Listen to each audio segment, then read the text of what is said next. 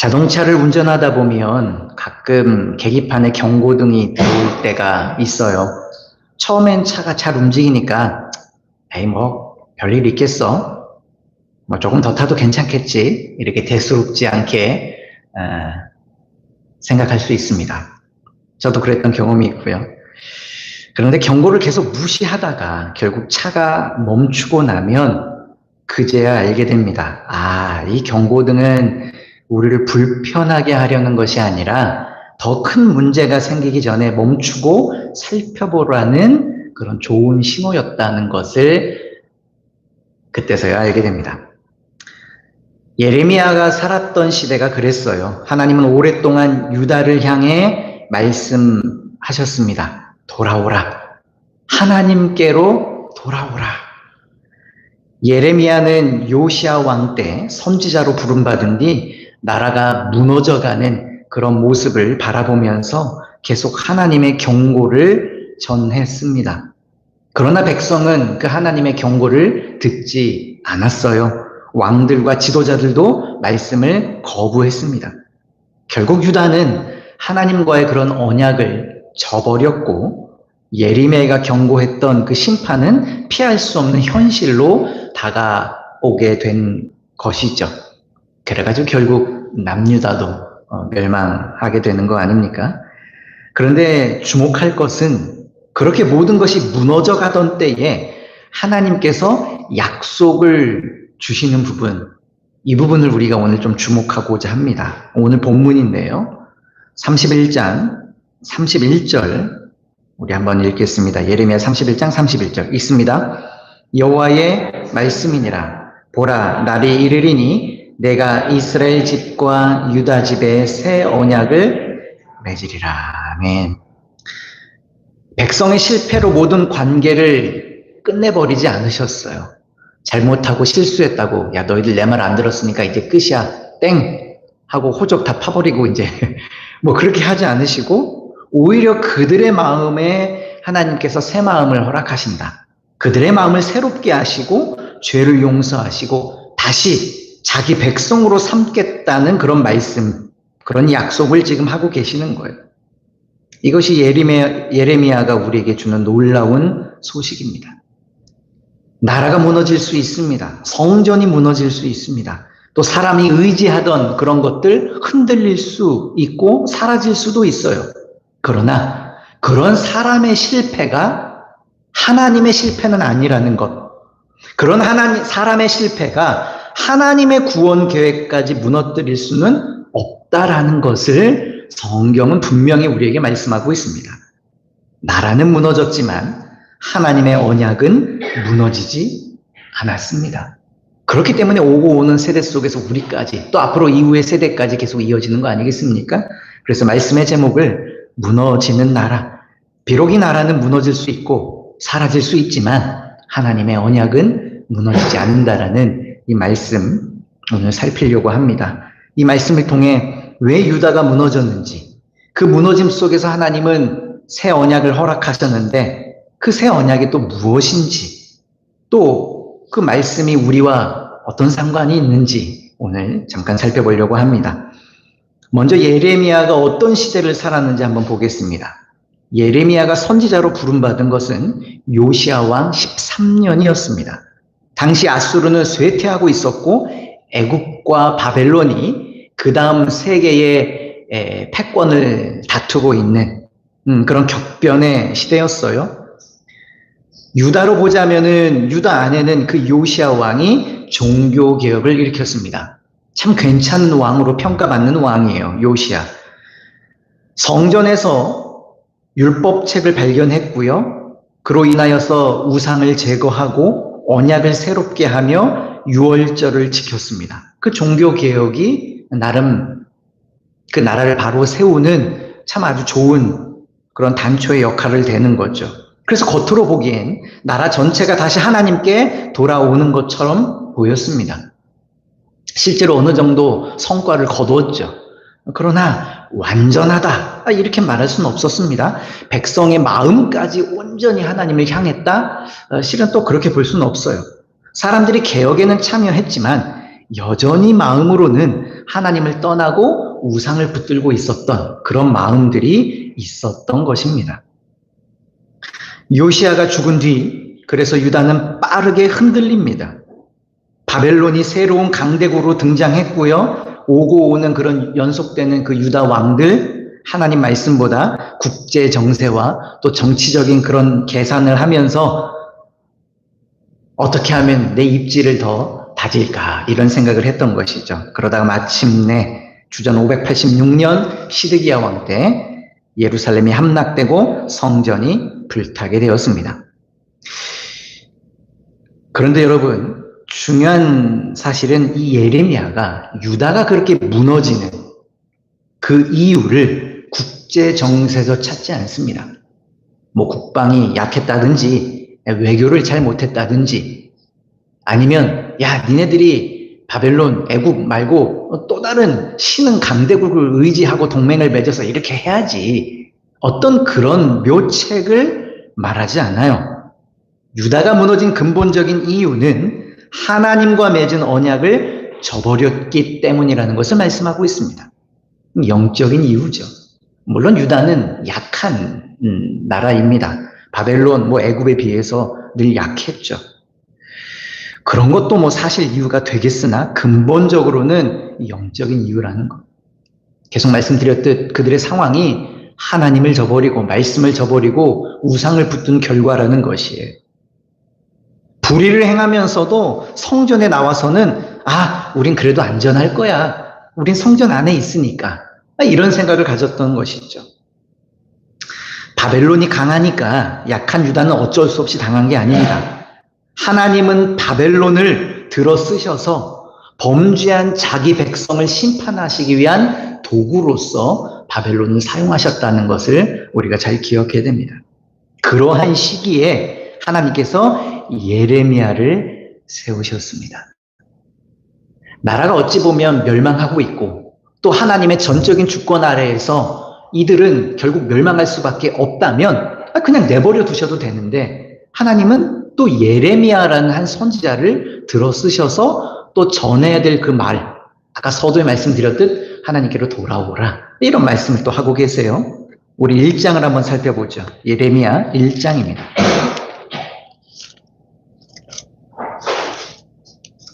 예레미야 1장 10절 말씀 한번 보겠습니다. 예레미야 1장 10절 우리 함께 읽죠. 보라, 내가 오늘 너를 여러 나라와 여러 왕국 위에 세워 내가 그것들을 뽑고 파괴하며 파멸하고 넘어뜨리며 건설하고 심게 하였느니라 하시니라. 아멘. 이 말씀에 예레미야 전체의 흐름이 담겨 있어요. 보시면 뽑는다, 파괴한다, 파멸, 넘어뜨린다. 하나님이 그렇게 하시겠다는 거예요. 그들의 죄를 뽑아버리고 그들을 무너뜨리시겠다라는 말씀을 하고 계시는데 여기서 끝나지 않아요. 어떤 말씀이 또 이어집니까? 건설하고 심는다라는 말씀이 있죠. 그러니까 하나님의 심판 뒤에 회복까지도 지금 약속하는 말씀이 1장 10절에 있습니다. 그리고 실제로 이 말씀과 같이 이 예레미야가 상당히 긴데요. 그 심판의 말씀이 쭉 선포되고 있고 또 뒷부분에는 회복의 말씀이 선포되고 있어요. 예레미야의 사명은 그래서 무거웠습니다. 사람들이 듣고 싶어 하는 말을 전하지 않았어요. 백성들은 곧 상황이 좋아질 거라는 말을 원했겠죠. 하나님이 지켜주시니까 이제 괜찮아질 거야. 그리고 거짓 선지자는 실제로 그런 말을 전했습니다. 그런데 예레미야는 사람들이 듣고 싶어 하는 말을 전하는 그런 일을 하는 사람이 아니죠. 하나님이 전하여 주시는 그런 말을 하는 선지자입니다. 하나님이 주신 말씀을 그대로 전해야 됐죠. 심판이 오고 있으니 하나님 말씀 앞에 여러분 자신을 낮추십시오. 이 말을 전했던 거예요. 그 때문에 예레미야는 미움을 받았습니다. 고향 사람들은 그를 죽이려고 했고요. 심지어 지도자들은 위험한 사람이다. 이렇게까지 여겼어요.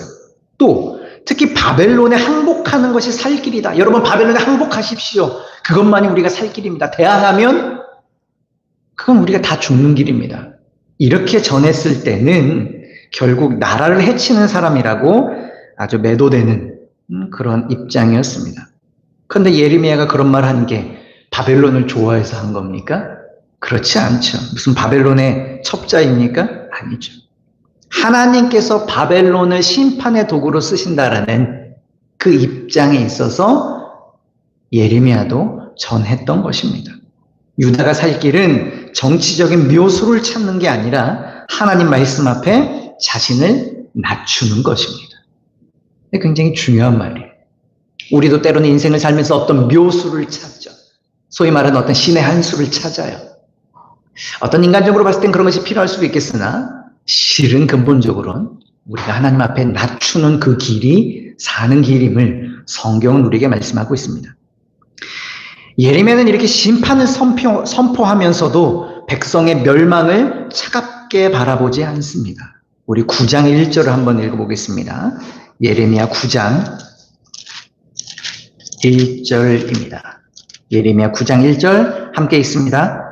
어찌하며 내 머리는 물이 되고 내 눈은 눈물의 근원이 되고 죽임을 당한 딸 내 백성을 위하여 주야로 울리로다.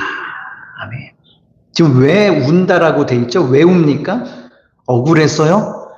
그거 쌤통이다. 나를 그렇게 못살게 굴두만. 나는 지금 하나님 전하는 말만 잘했어. 근데 너희들이 그런 억울한 마음도 저 같으면 있었을 것 같은데 꼭 그것만은 아니에요. 하나님의 백성이 하나님을 떠나서 심판을 향하여 가는, 멸망을 향해서 가는 그 길이 너무도 안타까웠던 거예요. 긍휼의 마음을 있었던 것이죠. 그래서 우리가 예레미야를 소위 눈물의 선지자, 눈물의 선지자라는 별명이 있어요. 좀 어떻게 보면 예레미야는 질질 짜고 그 안타까워하는 마음, 그 멸망 속으로 들어가는, 하나님께 나오면 사는데 하나님의 말씀을 들으면 그래도 살 길이 있는데 마치 사사시대처럼 각기 옳은 소견대로 나름대로 뭔가 묘수라고 신의 한수라고 정치적인 그런 어떤 입장만 내세우면서 그러니 그 길이 너무 안타까웠던 거예요. 말씀 9장 1절에 보니까 그의 입에는 타협하지 않는 하나님의 말씀이 있었어요. 그러나 그것만이 아니라 그의 눈에는 심판받을 백성을 향한 눈물이 또한 있었습니다.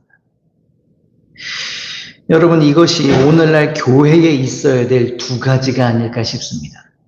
또한 리더자라고 하는 또 목회자인 제 마음에도 있어야 될 두 가지겠다 싶습니다. 죄를 죄라고 말하고 하나님 말씀을 세상 기준에 맞추어서 바꾸지 않는 그런 메시지가 우리 가운데 필요하고 교회에 필요하죠. 그러나 진리를 말한다는 이유로 사람을 정죄해서도 안 되는 것입니다. 하나님을 떠나는 그 영혼을 보면서 아파하고 긍휼히 여길 줄 아는, 그리고 그 영혼을 위해서 기도할 줄 아는 그런 교회, 그런 믿음의 백성들이 또한 우리가 되어야 될 것입니다. 진리를 붙드는 것과 사람을 사랑하는 것, 이거 다른 양면이 아니에요. 반대가 아닙니다. 예레미야에게는 이 두 가지 모습이 다 있었습니다. 그래서 진리를 선언하면서 동시에 그 진리 가운데 나오지 않는 백성들을 향하여서 안타까운 뭔가 그 눈물이 있었던 선지자. 그렇다면 이렇게까지 하나님을 배반하고 결국 나라와 성전마저 무너져버린 백성에게 희망은 아예 없는 걸까요? 이제 다 끝장났네. 이 질문에 대한 하나님의 대답이 오늘 본문에 있습니다. 이제 본문 중심으로 좀 더 들어가 보겠습니다. 앞부분에서는 유다의 죄와 그에 대한 심판의 말씀이 계속 이어집니다. 그런데 30장부터 33장에 이르면 분위기가 달라져요. 아까 예레미야 1장 10절에 선언되었던 말씀과 같은 그런 일이 일어나죠. 심판 이후에 하나님이 자기 백성을 다시 회복시키겠다는 그 약속이 집중적으로 30장부터 33장까지 선포됩니다. 그리고 그 회복의 한가운데 오늘 본문이 있는 것입니다. 31장 31절. 우리 한 번 더 읽어볼까요? 예레미야 31장 31절 읽습니다. 여호와의 말씀이니라. 보라, 날이 이르리니 내가 이스라엘 집과 유다 집에 새 언약을 맺으리라. 아멘. 네, 이 말씀이 놀라운 이유는요, 이 약속이 주어진 시기 때문에 그래요. 백성들이 하나님께 충성하고 말씀을 잘 순종하는 그런 때가 아니었어요.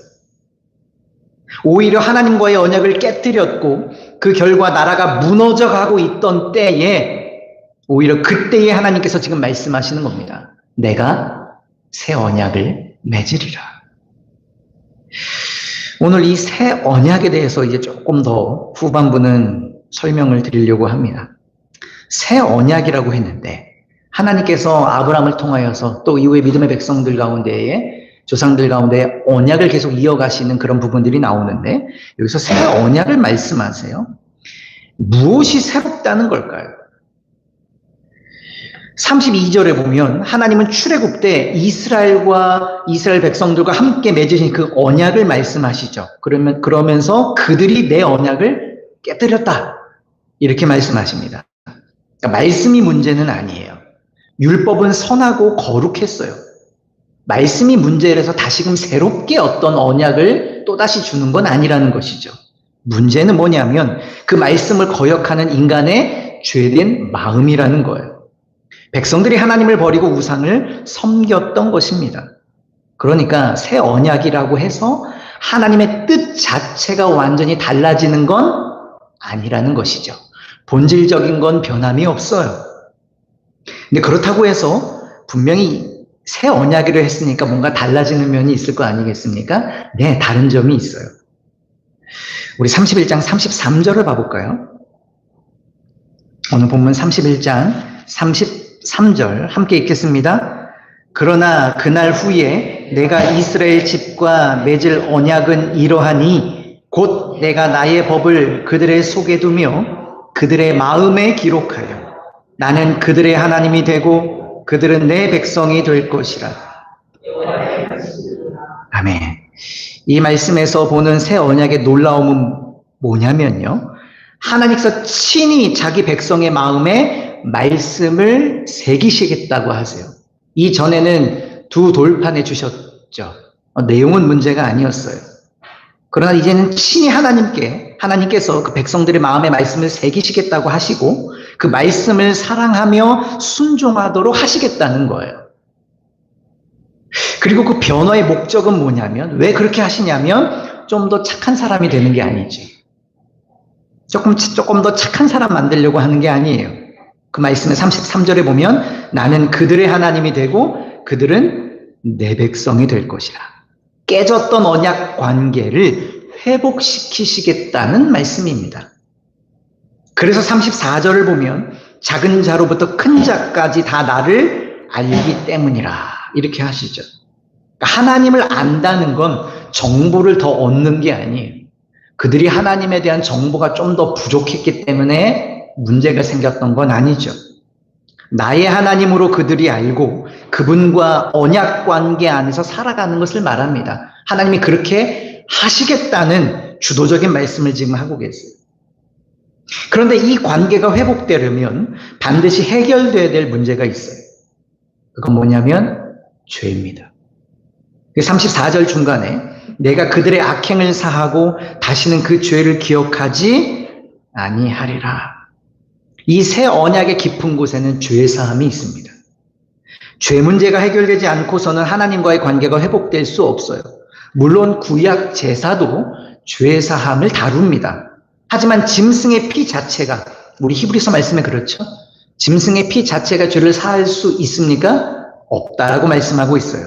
그 제사들은 나중에 하나님께서 장차 이루실 완전한 속죄를 바라보게 하시는 그림자 역할을 하는 것이죠. 그러기에 새 언약의 죄사함은 인간의 공로나 짐승 제사 자체의 효력에 달려있지 않습니다. 하나님께서 친히 죄의 문제를 해결하시겠다는 그 약속입니다. 방금 짧게 말씀드린 이 33절과 34절에서 계속 반복되는 주어가 누구로 보이십니까? 우리인가요?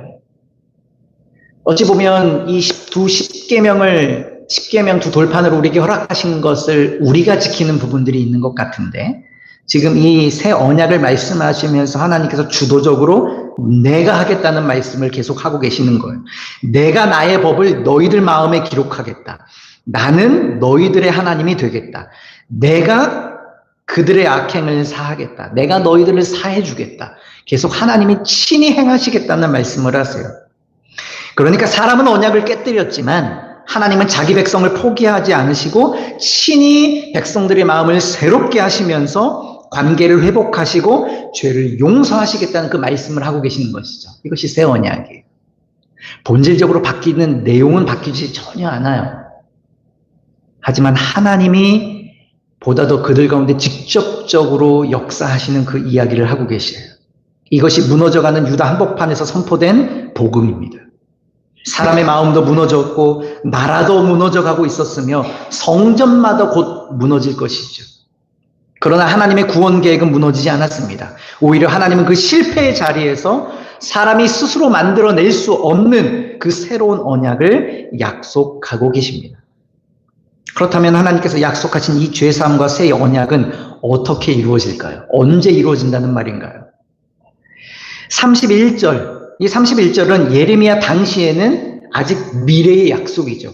하나님이 그렇게 하시겠다는 미래의 약속인데 수백 년이 지난 뒤 예수님께서 십자가를 지시기 전날 밤 제자들과 마지막 만찬을 나누시면서 잔을 들고 이런 말씀을 하십니다. 이 잔은 내 피로 세우는 새 언약이다. 바로 이 말씀인 것이죠. 예레미야를 통해 내가 새 언약을 맺으리라고 하신 이 31절의 약속, 그 약속을 하신 하나님께서 이제 누구를 통해서요? 예수 그리스도를 통해서 그 언약을 이루십니다. 그리고 그 그리스도 안에서 저와 여러분 역시도 새 언약의 은혜를 입은 자로 이 자리에 서 있는 것입니다. 새 언약은 그래서 우리의 결심이나 신실함으로 세워진 것이 아니죠. 예수 그리스도께서 흘리신 피로 세워진 언약이라는 것을 우리가 기억해야 됩니다. 근데 왜 피가 필요할까요? 오늘 본문을 다시 한번 보십시오. 본문 34절 중간에 보면 내가 그들의 악행을 사하고 다시는 그 죄를 기억하지 아니하리라. 죄를, 악행을 사한다고 하셨는데 이 죄 사함 없이는 하나님과의 관계가 회복될 수가 없는 거예요. 그래서 예수 그리스도께서 우리가 받아야 될 그 심판을 대신 담당하시고 십자가에서 자기 몸을 단번에 내어주셨던 것입니다. 하나님의 방법은 예수 그리스도의 피였던 것이죠. 그 피로 인하여서 죄를 사하는 것이 하나님의 방법입니다. 예레미야가 약속으로 바라보았던 그 새 언약의 죄사함이 그리스도의 십자가로 인하여서 완전하게 성취되었다. 실제로 성취되었다라는 것을 우리가 알게 됩니다. 따라서 우리가 새 언약의 백성이 된 근거는 내가 얼마나 잘 믿느냐, 내가 얼마나 열심히 순종하느냐에 달려있지 않아요. 그리스도께서 흘리신 그 피와 완성하신 속죄에 달려있음을 우리는 믿습니다. 그런데 새 언약의 은혜는 죄를 용서받는 데서 끝나지 않습니다. 그리스도가 십자가로 새 언약을 세우셨다면 성령님은 그 새 언약의 은혜를 우리 안에 실제로 적용하십니다. 오늘 본문에도 그 말씀을 하고 계시죠. 하나님께서 친히 마음을 새롭게 하시겠다고 하셨는데 구체적으로 어떻게 하시냐면 성령님을 통하여서 우리 마음을 다루시겠다는 말씀이신 거예요. 하나님은 성령님을 통해 자기 백성의 마음을 새롭게 하십니다. 고린도후서 3장에 보면 바울이 이런 고백을 합니다. 자신을 가리켜서 새 언약의 일꾼이다 이런 표현을 써요. 나는 새 언약의 일꾼이다. 무슨 말이냐면 돌판이 아니라 마음의 하나님의 영으로 기록되는 그 새 언약의 영광을 말하는 것입니다. 그러니까 성령님은 죽었던 마음을 살리셔서 하나님을 믿게도 하시지만 그 이후에도 우리를 계속 거룩하게 하나님의 사람으로 빚어가게 하시는 그 일을 성령 하나님이 하신다는 것이죠. 그래서 바울이 그 고백, 새 언약의 일꾼, 성령 하나님이 나를 통해서 일하신다라는 그 고백인 거예요. 전에는 죄를 붙들고 아무렇지 않았어요. 죄가 죄인 줄도 모르고 살았었죠. 그러나 이제는 죄 때문에 아파하고 그리스도를 사랑하며 내가 말씀에 순종하기를 원하게 돼요. 그런 일이 어떻게 일어납니까? 성령 하나님이 내 안에서 역사하시기 때문에. 새 언약 백성에게는 그렇게 삶의 방향이 달라지는 거예요. 여기서 이런 질문이 생길 수 있습니다. 목사님, 그럼 새 언약이 그렇게 이루어졌다면 우리는 왜 여전히 죄와 싸우고 씨름해야 되는 것이죠? 다 완성됐으면 우리는 그냥 일사천리로 하나님 말씀 순종하면서 여기가 천국과 같이 살아가는 것 아니겠습니까?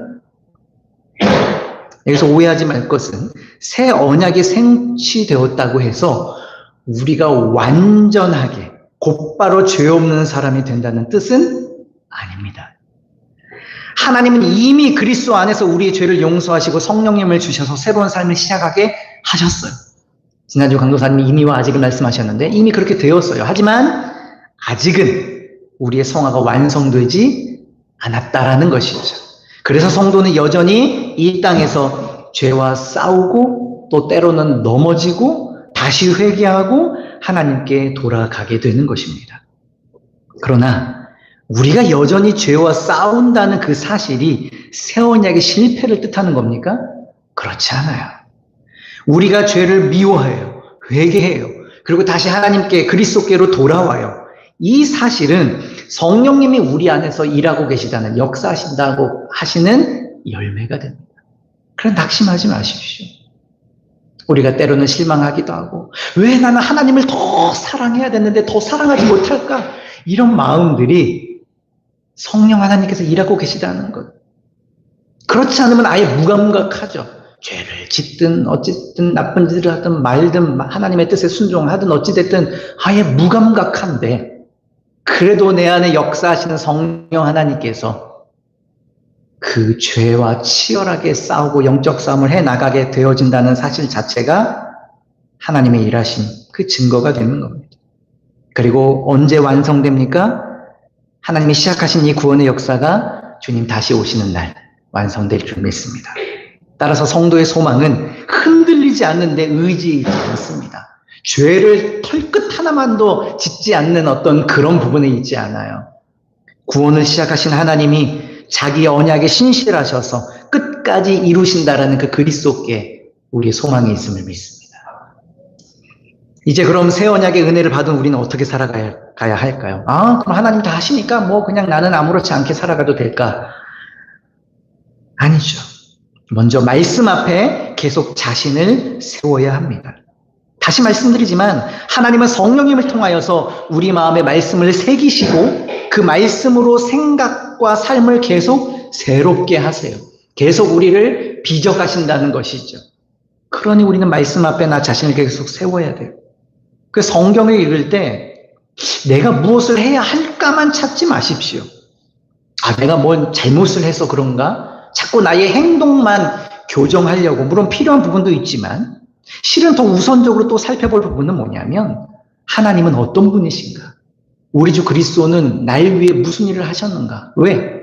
그 하나님의 구원이 나의 어떤 행위 하나 자체에 달려있는 게 아니기 때문에 그런 것이죠.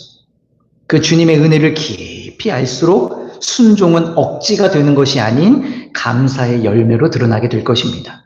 또한 새 언약의 은혜를 입은 자는 죄를 깨달았을 때 숨지 말고 속히 그리스도께 돌아가야 됩니다. 우리는 여전히 넘어져요. 하지만 새 언약의 중심에 오늘 본문에 어떤 말씀이 있습니까? 내가 그들의 악행을 사하고 그 죄를 기억하지 아니라 이 말씀이 있어요. 그렇다고 죄를 가볍게 여기라는 뜻은 아닙니다. 하나님이 다 용서해 주시니까 죄를 가볍게 여기라는 뜻이 아니라 오히려 그 그리스도의 완전한 속죄를 믿기 때문에 죄를 숨기지 않고 죄를 인정하며 그리스도 앞에 회개할 수 있다라는 말씀입니다. 그리고 새 언약의 은혜는 나 혼자 누리는 은혜로 끝나지 않아요. 하나님은 우리를 한 백성으로 부르셨다라는 걸 기억합니다. 그러니 교회 안에서 넘어진 지체를 우리가 붙들어주고 고통받는 자와 우리가 함께 울 수 있고 서로를 위해 기도해야 합니다.